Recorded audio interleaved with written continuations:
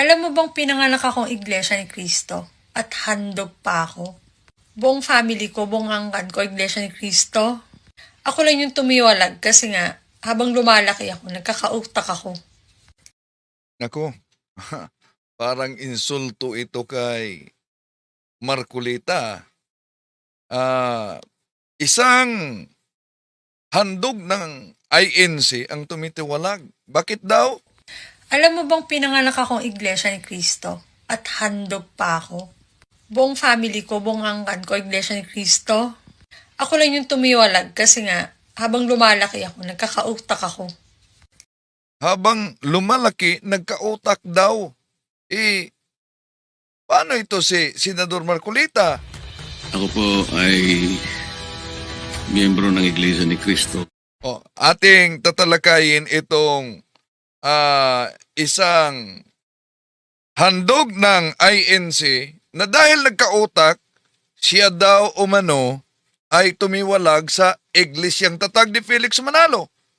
Dahil, baka isa na ang dahilang ito. Yan.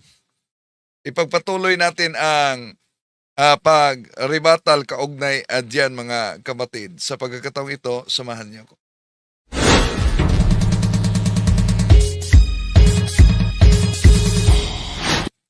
Kumusta? Welcome. Ito inyong lingkod, Brad Wendell Talibong, muli magkasama ninyo sa pagkakataong ito. At sa ating mga suking taga-subaybay, ating inaanyayahan, huwag kalimutang pindutin ang like sa ating live. At huwag din kalimutang mag-subscribe sa mga bago pa lang. At pindutin ang bell button para updated kayo, mag-comment at i-share ninyo.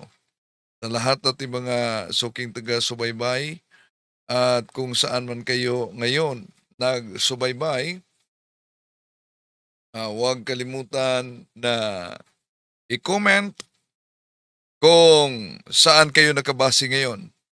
Lalo na sa iba't ibang panig sa ating mundo.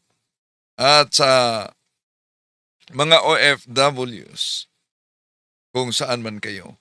Welcome sa lahat nating mga taga-subaybay. Kakarating lang po natin galing sa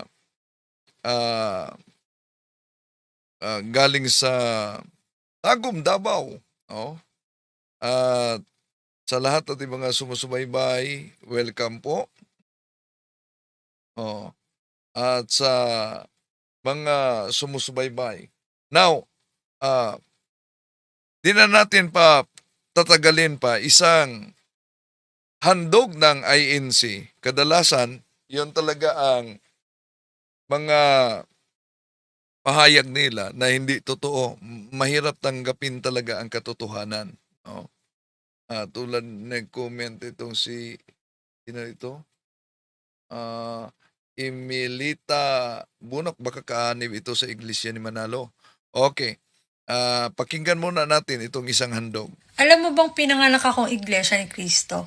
So, pinanganak siyang Iglesia ni Cristo, yung Iglesia ni Cristo, Tatag ni Felix Manalo. Dahil marami ang gumagamit sa pangalang Iglesia ni Cristo at katuparan yan sa San Mateo 24:24, mga lilitaw na mga bulaang mga ngaral. Handog pa ako. Buong family ko, buong angkan ko, Iglesia ni Buong pamilya, mga kaanib talaga sila sa siktang Tatag ni Felix Manalo. Cristo. Ako lang yung tumiwalag kasi nga, habang lumalaki ako, nagkakautak ako. Nako, siya ang tumitiwalag dahil habang lumalaki, nagkautak daw umano siya. Imagine, yung aral sa INC, si Felix Manalo Angel, ang ating Panginoon Jesucristo, tao at hindi Diyos. Okay, tuloy natin. Tsaka bago ako nag-quit doon, may last na tinanong pa ako sa lola ko. Tapos doon ako nag-decide, wag na. So, ang tanong ko doon sa lola ko is, paano kung kunwari, Iglesia ni Cristo to, tapos pumatay ng tao, lahat ng kasamaan ginawa niya. Tapos yung isa, hindi siya Iglesia ni Cristo, pero sobrang bait niya, tumutulong talaga siya sa mga kapwa niya. Basta sobrang bait niya. Tanong ko, sino maliligtas? Sabi ng lola ko is, yung Iglesia ni Cristo daw. Kasi sa INC, ang paniniwala talaga nila, sila lang yung maliligtas. But that's not the only reason why I quit the religion. Kumbaga, marami pa akong na-realize. Bakit? Wag na. Pero sa buong family namin, dalawa lang kami na against dun sa religion nila. Tapos nasasabayan kami, demonyo daw talaga kami. Pero hindi mo nag-aaway-away nagtatawanan nga kami, ganun. Yan. Tumiwalag dahil nagkautak daw. No? So, yung natira, anong ibig sabihin? Baka tulad din ito sa taong to. Magsalita ito si Mr. So, isa-isahin natin mga kapatid dahil di natin natapos ang pagribat nito punto por punto. So, ito na, nanawagan siya na kung maari, sasagutin daw natin. At dahil kung di daw umano sasagutin, may sinabi siya. Pakinggan muna natin. Kaya, ito yung mga katanungan na ipupukol ko sa iyo. At saluhin mo ito, Yon daw ang mga katanungan na ipupukol niya. Sige. Mr. Taglibog. Mr. Taglibog, unang tanong ko sa iyo, makinig ka, ang Diyos ba na sinasamba mo, ayun din ang Diyos ng Iglesia ni Cristo? Hindi, dahil ang Iglesia ni Cristo ay tatag ni Felix Manalo. No? Kaya katuparan niyan sa unang Juan 2:18-19, siya umaamin na galing Katoliko. Tingnan nyo, sino ang katuparan sa unang Juan 2:18-19? Na nandito na ang mga antikristo. Sila'y galing sa atin, ngunit sila'y humihiwalay sa atin upang makilala na sila'y hindi talaga kasama natin. O paano magiging Diyos ng Katoliko yung sa INC? Di ba? Imbinto lang ng tao ni Felix Manalo. Tuloy natin. Yan ang dapat mong masagot. Kasi dinidepensahan niya dyan yung Trinity na si Bakit? Yung Trinity ba? Di ba yan mabasa sa Biblia? Basa-basa naman kayo pag may time. Bakit? Dahil kahit yung mga ministro ninyo gumagamit. Ito, ginagamit ito ng mga ministro ninyo. Baka di niya alam. Kaya totoo talaga yung sinabi na umalis dahil nagkautak. Ito, pansinin ninyo ang mabasa sa Revelation chapter 7 verse 10. And in a loud voice, ang ginagamit natin, Amplified Bible, ginagamit ito ng mga ministro. And in a loud voice, they cried out saying, salvation belongs to our God who is seated on the throne. And on the Lamb, our salvation is the Trinity's. To give unto God the Trinity, we owe our deliverance. Ginagamit yan na salin ng mga ministro ni Felix Manalo mismo. Mga ministro niyo. Tingnan mo ang naturang salin. Okay, tuloy natin. Nasabi nila, yung Trinity, alam naman natin na yan talaga yung kanilang pinaniniwalaan. Nakasulat yan sa Biblia. Ginagamit pa yan na salin ng mga ministro. Na Diyos Ama, Diyos Anak, Diyos Espiritu Santo. Pero pag tinanong mo sila kung ilan ang Diyos nila, isa lang. Pero ang tanong ko sa inyo, ilang beses kong binanggit yung salitang Diyos. Ulitin ko, Diyos Ama, Diyos Ama, isang persona. Anak, at Diyos Anak, isang persona. Diyos Espiritu Santo. Diyos Espiritu Santo, isang persona. Ilang beses kong binanggit yung salitang Diyos? Ilang bisis daw binanggit? Binanggit mo sa 3 bisis dahil binanggit mo ang 3 persona sa iisang Diyos. At kung tingnan natin ang mabasa, ginagamit din ito ng mga ministro mo. Research naman pag may time. 1 John chapter 5 verse 7. And there are 3 who gave testimony in heaven. The Father, the Word, and the Holy Ghost. and these three are one. O napansin ba? These three are one. Hindi sinabi, and these three are three. So, ngayon, itong tatlo na binanggit mo na may sinabi sa unang Juan 5:7 at itong tatlo ay iisa. Saan sila nagkaisa? Tuloy natin. Pero anong sagot nila? Isa lang yung Diyos namin. Oh, yes. Tamang-tama talaga na kung ating balikan ang salin sa 1 John chapter 5 verse 7, and there are three who give testimony in heaven, the Father, the Word, and the Holy Ghost, and these three are one. At ano ang tawag sa these three are one? Balikan natin ang Revelation chapter 7 verse 10. And in a loud voice, they cried out saying, salvation belongs to our God, who is seated on the throne, and the Lamb, unto the Lamb. Our salvation is the Trinity's to give unto God the Trinity who owe our deliverance. Okay. So, itong these three are one, tinatawag na Trinity. Tuloy natin. Si Kristo ay Diyos nila. Ang Ama ay Diyos nila. Ang Espiritu Santo, Diyos din nila. 1 plus 1 plus 1. Ilan yan, Mr. Talibog? Oh, yan kung 1 plus 1 plus 1, ang binanggit mo dyan ay ang Ama, Anak at Espiritu Santo. Yun ang sinabi sa 1 John chapter 5, balikan natin, verse 7. May tatlong personang binanggit dito. And there are three. O yun, tatlo. And there are three who gave testimony in heaven. The Father, the Word, and the Holy Ghost. And these three are one. So ngayon, itong tatlo ay iisa. Saan sila nagkaisa? Yon ang tinatawag na Trinity. Nagkaisa sila sa likas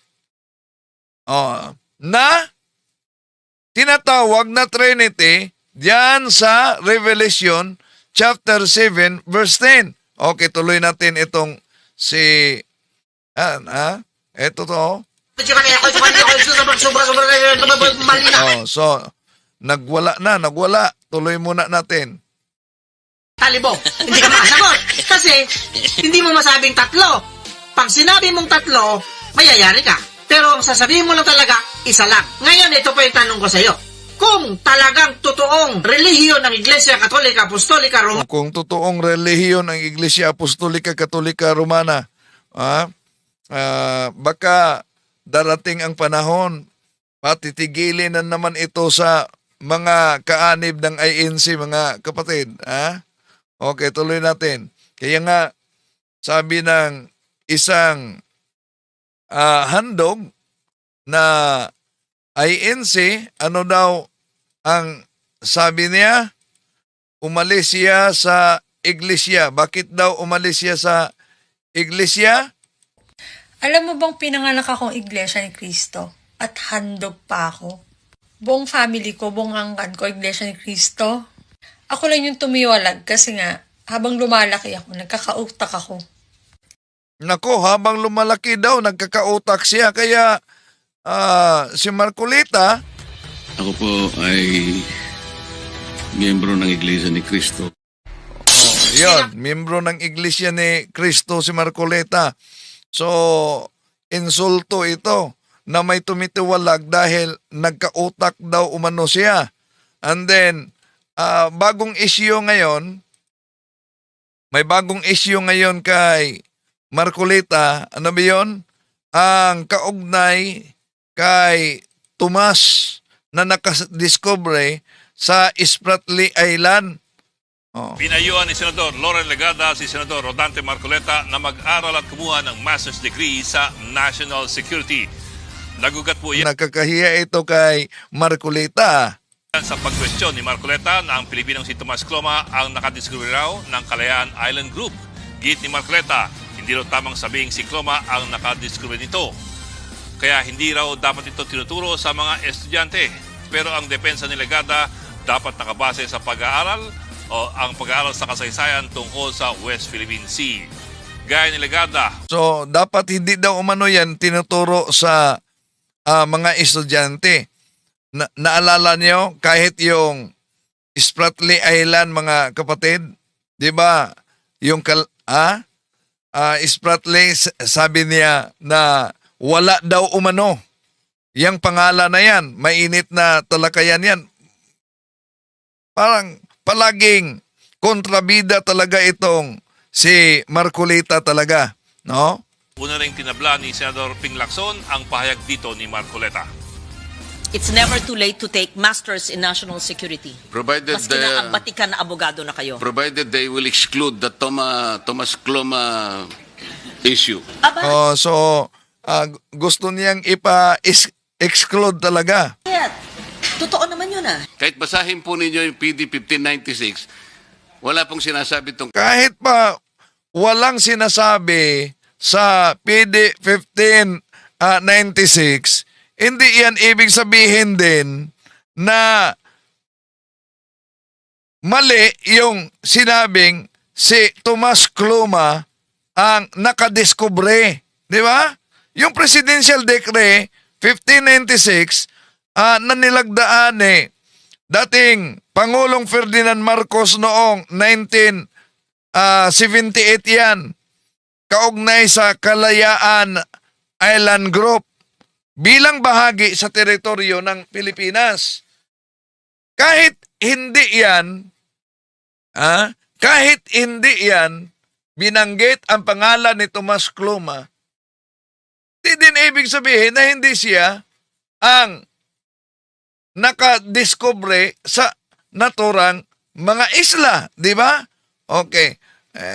Ito kaya sabi ni Senador Loren Legarda, dapat mag-aral pa si Marcoleta. Una ring tinabla ni Senador Ping Lacson ang pahayag dito ni Marcoleta.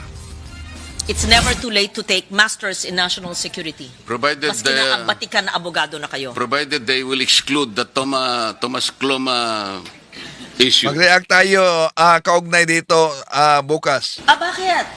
Totoo naman yun ah. Kahit basahin po ninyo yung PD 1596, wala pong sinasabi tungkol kay Tomas Cloma. Oh, yes.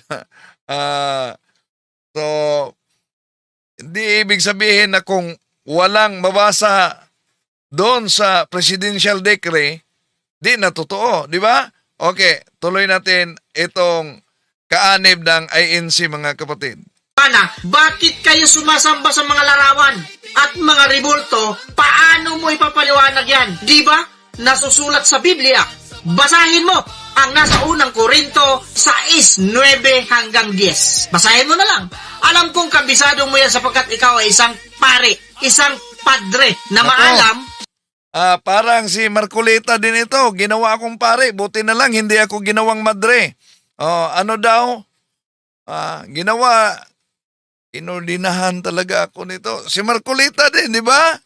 6. Kaya nga, di tayo magtaka kung bakit ganyan ang mga natangay sa INC. At kung balikan natin itong umanib, yung isa talagang handog. Alam mo bang pinanganak akong Iglesia ni Cristo at handog pa ako? Buong family ko, buong angkan ko, Iglesia ni Cristo. Ako lang yung tumiwalag kasi nga, habang lumalaki ako, nagkakautak ako. Yan. Siya lang ang tumitiwalag dahil habang lumalaki siya, nagkautak siya. Ito din ang INC, kaanib ng INC. Ano daw? Kabisado ko ang Biblia dahil pare daw ako. Yun din ang pahayag ni Senador ni Cesar Sinita. Pinahinto na si Cesar Sinita ng INC. No? Sa kanyang vlog, delikado ito. Okay. So, tuloy natin. 9 hanggang 10. Basahin mo na lang. Alam kong kabisado mo yan sapagkat ikaw ay isang pare. Isang Yan. Dapat research bago kayo vlog, no? Dahil kung makatawan kayo sa iglesia ni Manalo at yung pahayag ninyo, yun lang ang nagpakilala na kulang kayo ng research. Kaya di tayo magtaka kung bakit matangay sa iglesyang tatag lamang ng tao. Iba itong sinabi ng handog dahil ano yung sinabi ng isang handog ng INC? Alam mo bang pinanganak akong Iglesia ni Cristo at handog pa ako? Buong family ko, buong angkan ko, Iglesia ni Cristo. Ako lang yung tumiwalag kasi nga, habang lumalaki ako, nagkakautak ako. Nako, ito kaya. mali na. Pag mo Yan. Habang lumalaki siya, nagkautak daw. Ito kaya. Ano sa palagay ninyo? Sandali. mali na. Ayan. Tuloy natin. Dahil sabi niya, kabisado ko dahil pare ako. Di ba? Nasusulat sa Biblia. Basahin mo ang nasa unang Korinto 6:9 hanggang 10. Basahin mo na lang. Alam kong kabisado mo yan sapagkat ikaw ay isang pare, isang padre na maalam sa Biblia. Palpak na naman. Ito kontrahan na pahayag.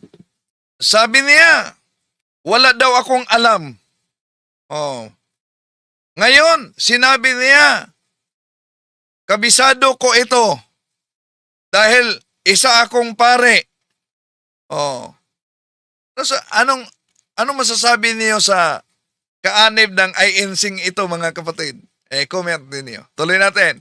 6:9 hanggang 10. Basahin mo na lang. Alam kong kabisado mo yan sapagkat ikaw ay isang pare, isang padre na maalam sa Biblia. Pero, nung nakipagdebate ka, ano nangyari sa'yo? Tinawag kang Mr. Tamper, di ba? Kasi kaya pinalitan mo yung nakasulat doon. Ayan, naniniwala na naman siya sa fake news. Paano pinalitan yung nakasulat? Ngayon, kung pinalitan, palagay natin, pinalitan ang nakasulat. Ibig sabihin, walang nakasulat na Katoliko sa Biblia. Kung walang nakasulat na Katoliko sa Biblia, ang tanong, saan galing itong pahayag ng mga kasama mo sa INC? Mali po ang pagkaunawa nitong si Talibong. At ang Iglesia Katolika bilang isang organisasyon o samahang pangrelihiyon, yan po ang organisasyon. Balik natin. Pagkasinusi pabalik, Balik natin, ha? Balik natin. Sandali. Mismo ang kasama nila ang nagpatunay. Ano daw ang sabi ng kasama nila? Pakinggan natin muli, mga kapatid, ang pahayag ng kasama nila. yan ang dating Iglesia ni Cristo. Yan ang dating Iglesia ni Cristo. Yan ang dating Iglesia ni Cristo. Yan. Pagkasinusi pabalik, yan ang dating Ano Iglesia. daw, ano? At ang Iglesia Katolika bilang isang organisasyon o samahang pangrelihiyon, yan po ang organisasyon. Pagkasinusi pabalik, yan ang dating Iglesia ni Cristo. Yon. Ang Iglesia Katolika, yon ang dating Iglesia ni Cristo. Tuloy natin itong kaanib ng INC. Sa Biblia, paano may papaliwanag ngayon yan? Ngayon, eto pa yung tanong ko sa iyo, Mr. Taglibong. At bakit nung nagtayo ng iglesia ang Panginoong Hesukristo, bakit hindi nyo ito sinunod? Bagkos gumawa kayo ng iglesia Katolika, Apostolika, Romana o mas kilala sa tawag na Katoliko. Saan na napunta yung iglesia na Yan. Research naman pag may time. Catechism of the Catholic Church, 811. This is the only Church of Christ nasa Catechism of the Catholic Church, ito ang nag-iisang iglesia ni Kristo. So, ano daw? Na kung i-define the one Holy Catholic Apostolic Roman Church. At ano ang sabi ng mga kasama niyang INC? Tuloy natin ang sabi ng kasama niyang INC. Ito sandali. Itong pahayag ng kasama nilang INC. Okay, sandali. Na itong simbahang Katoliko ay ang unang iglesia ni Kristo. Kung ang simbahang Katoliko ay unang iglesia ni Kristo, saan galing at saan kinuha nila yon? Mismo ang mga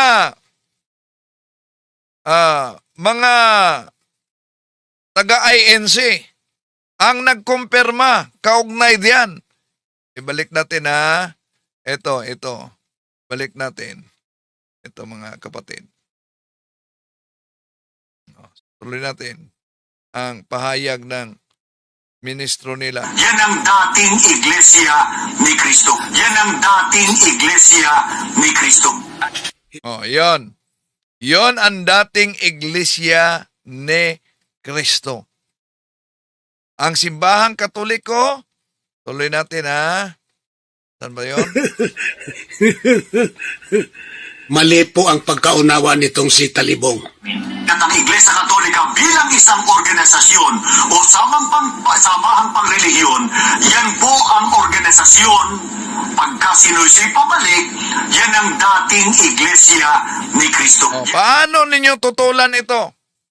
Na ang Iglesia Katolika, yun po ang dating Iglesia ni Kristo. Ngayon, kung ang salitang Iglesia Katolika ay di nabasa sa Biblia, ang tanong, saan kinuha ng mga ministro ninyo at yung nakasulat sa Pasugo Magazine na ang Iglesia Katolika ay siyang unang Iglesia ni Kristo? Saan yon sa Biblia?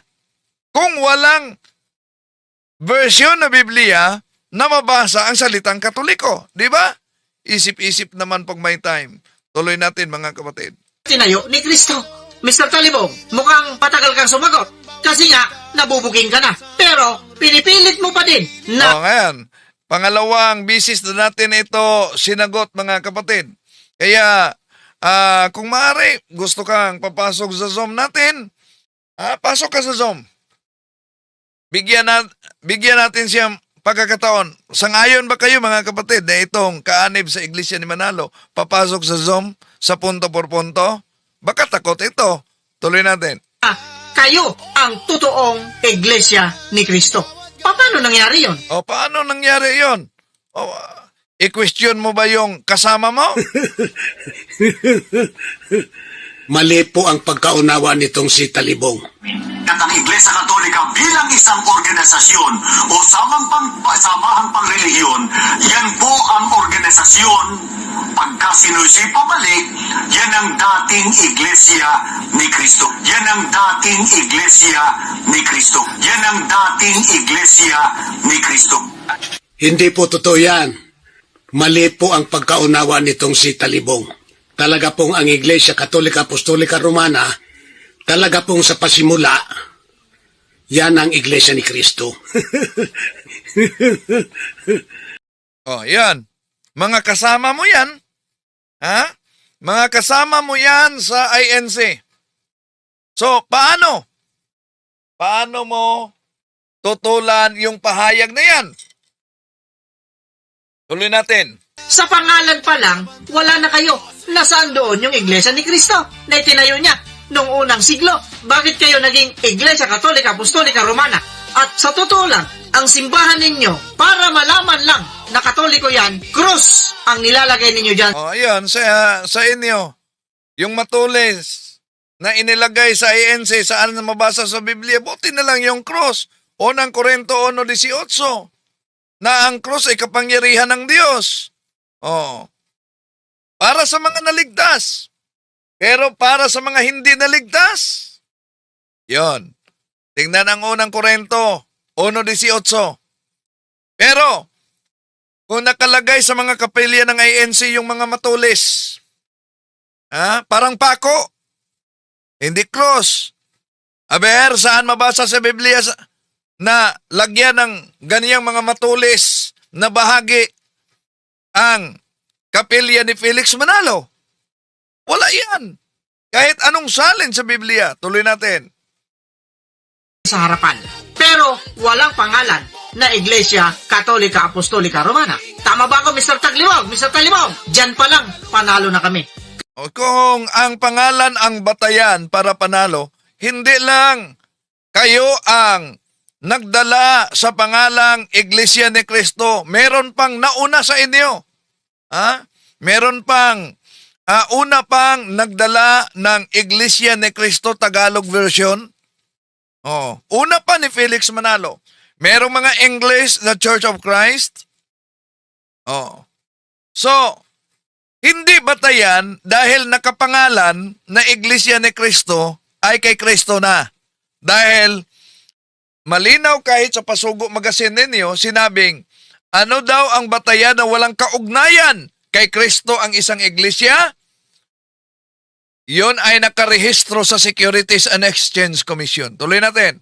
Kaya kayong mga kakababayan, huwag kayong pauto. May mga kapatid kasi na nadadaya sa mga ganitong paniniwala. Yan. Totoo na may mga nadadaya sa ganyang paniniwala, lalo na. Sino yung nadadaya sa ganyang paniniwala? Ako po ay miyembro ng Iglesia ni Cristo. Miyembro ng Iglesia ni Cristo si Marcoleta. Pero ayon sa... Alam mo bang pinanganak akong Iglesia ni Cristo at handog pa ako? Buong family ko, buong angkan ko, Iglesia ni Cristo. Ako lang yung tumiwalag kasi nga, habang lumalaki ako, nagkakautak ako. Ako, delikado yon. Habang lumalaki, nagkautak daw. Wala sa mga ganitong paliwanag. Kasi kung magsalita ito si Mr. Salibong, nabubulol ako eh. So nabubulol na siya. Mr. Talibong, talagang kung titignan mo siya, inosente. Inosente ba na walang alam? At Yun. Sabi niya kanina na kabisado ko ang Biblia dahil pare daw ako.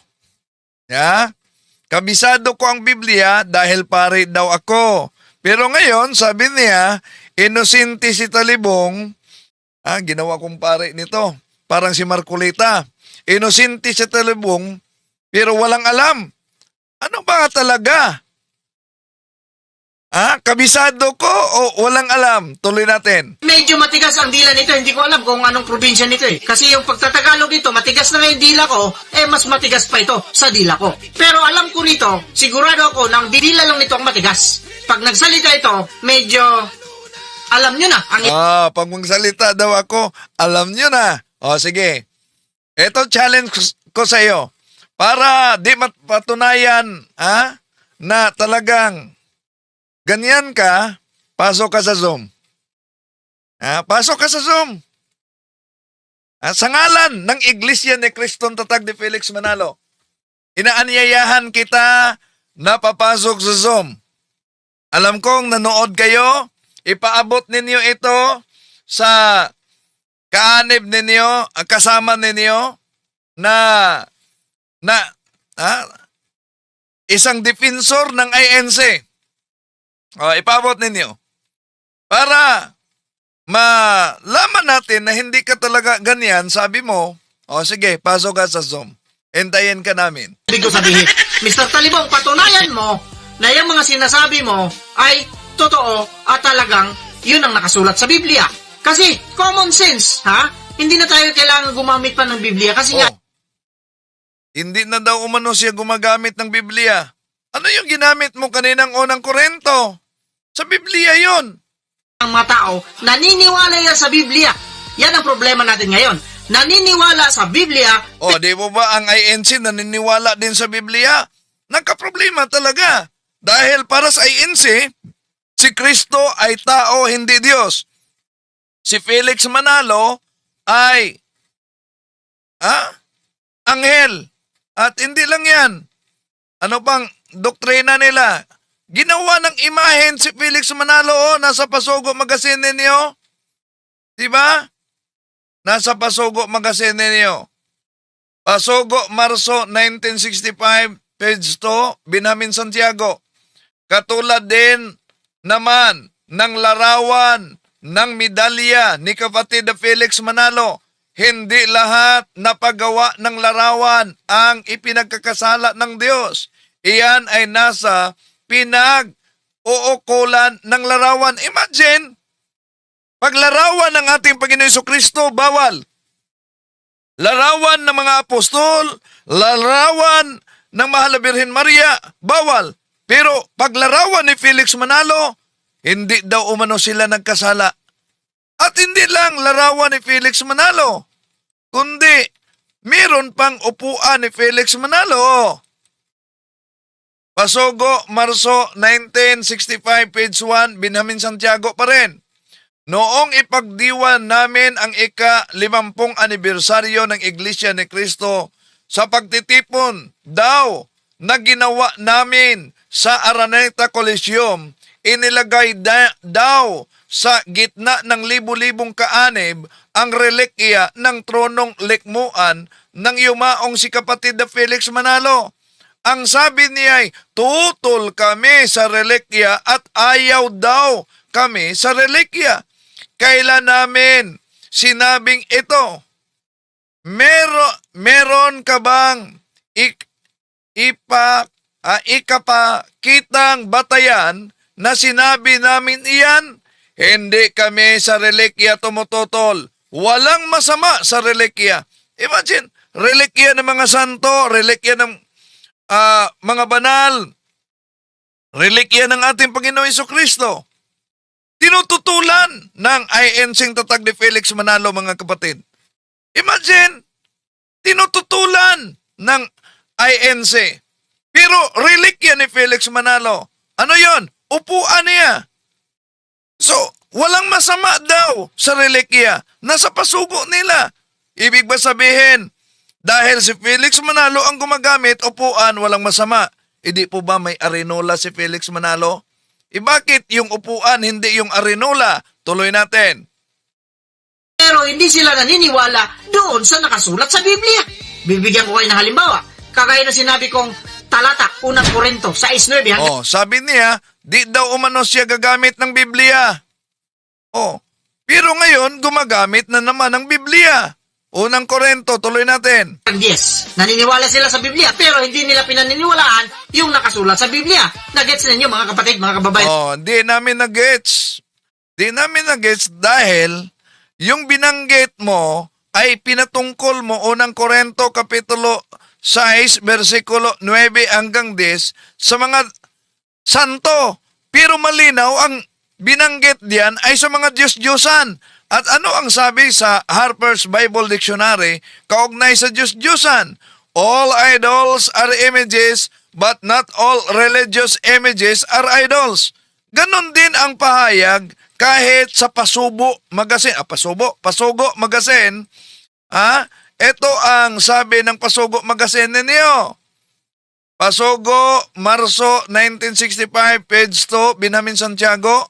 Katulad din naman ng larawan ng medalya ni kapatid na Manalo. Hindi lahat na paggawa ng larawan ang ipinagkakasala ng Diyos. Iyan ay nasa pinag-uukulan ng larawan. Balikan natin. Kung lahat ng mga larawan ay Diyos-Diyosa na batay sa ginamit niyang talata unang Korinto, kapitulo 6, versikulo 9 hanggang 10, ano itong larawan ni Felix Manalo? Diyos-Diyosan. Payag kayo na Diyos-Diyosan na din itong larawan sa founder ninyo.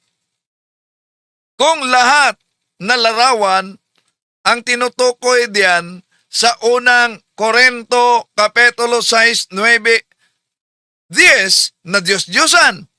Ganon din ang mga larawan sa mga santo.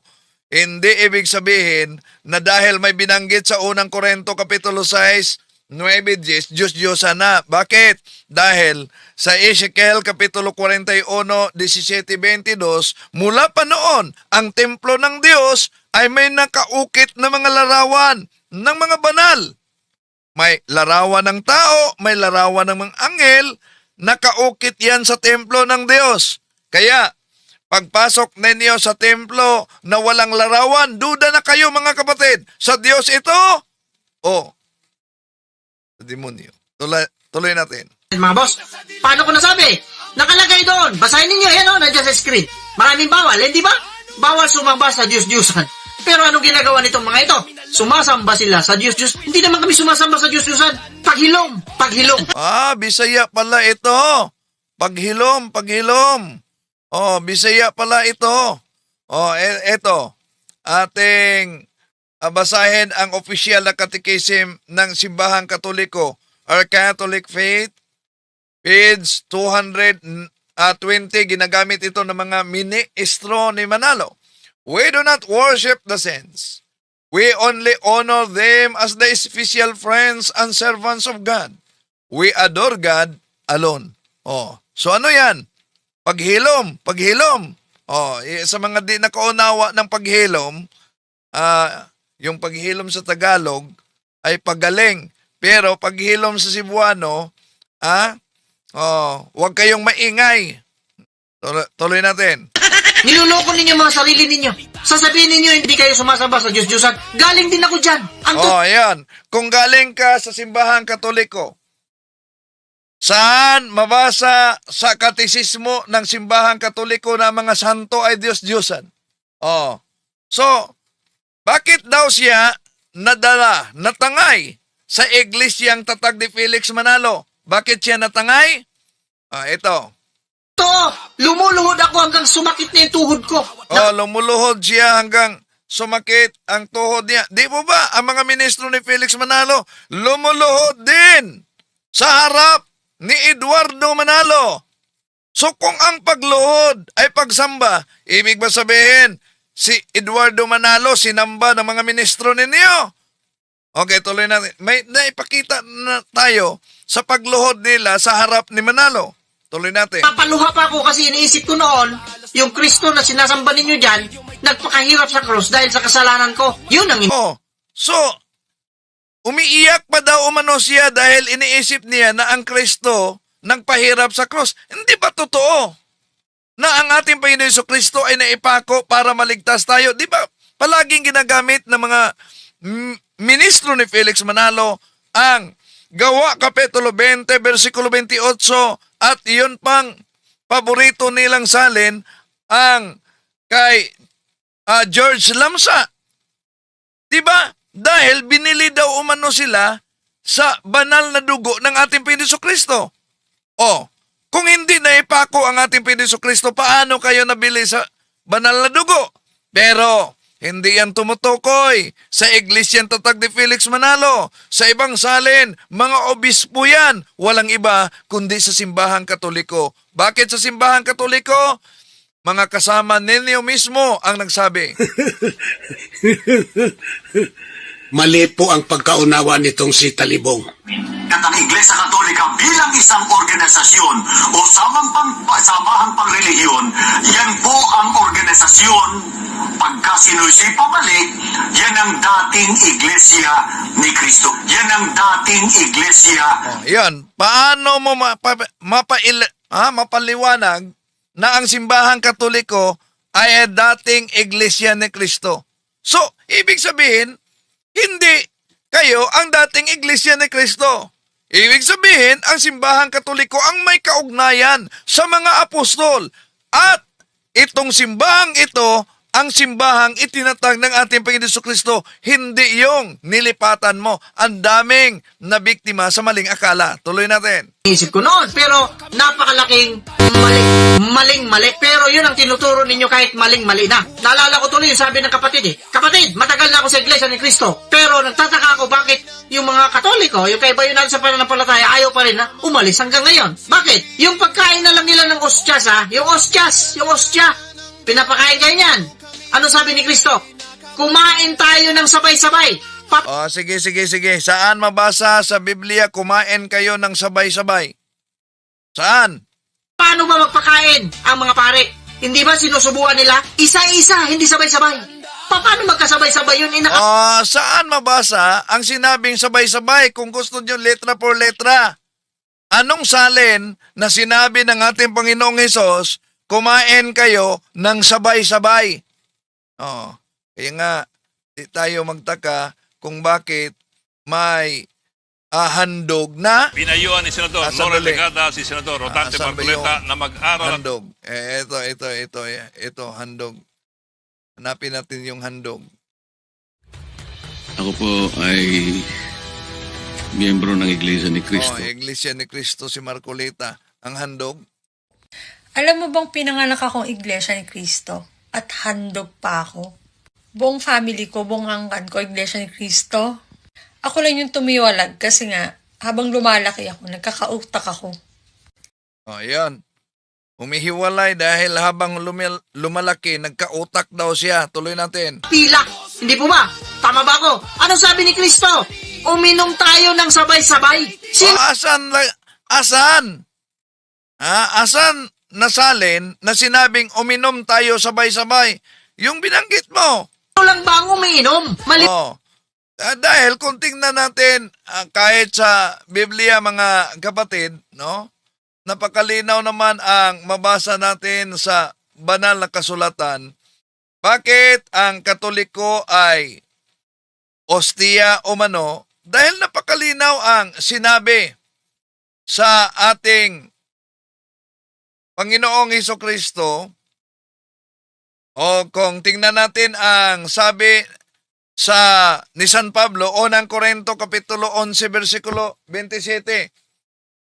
So, then whoever eats the bread or drinks, ibig sabihin, ginamit yung or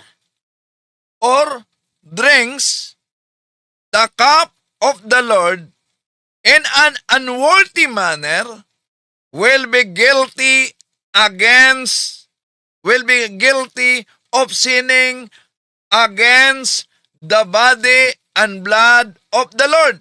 So, klaro na magkasala ang sino mang tumanggap na unworthy saan?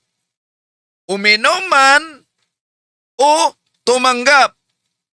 Or, ang binanggit diyan. So, ibig sabihin, kahit saan, sa alak man o sa tinapay, tinanggap natin ang buong buo, no?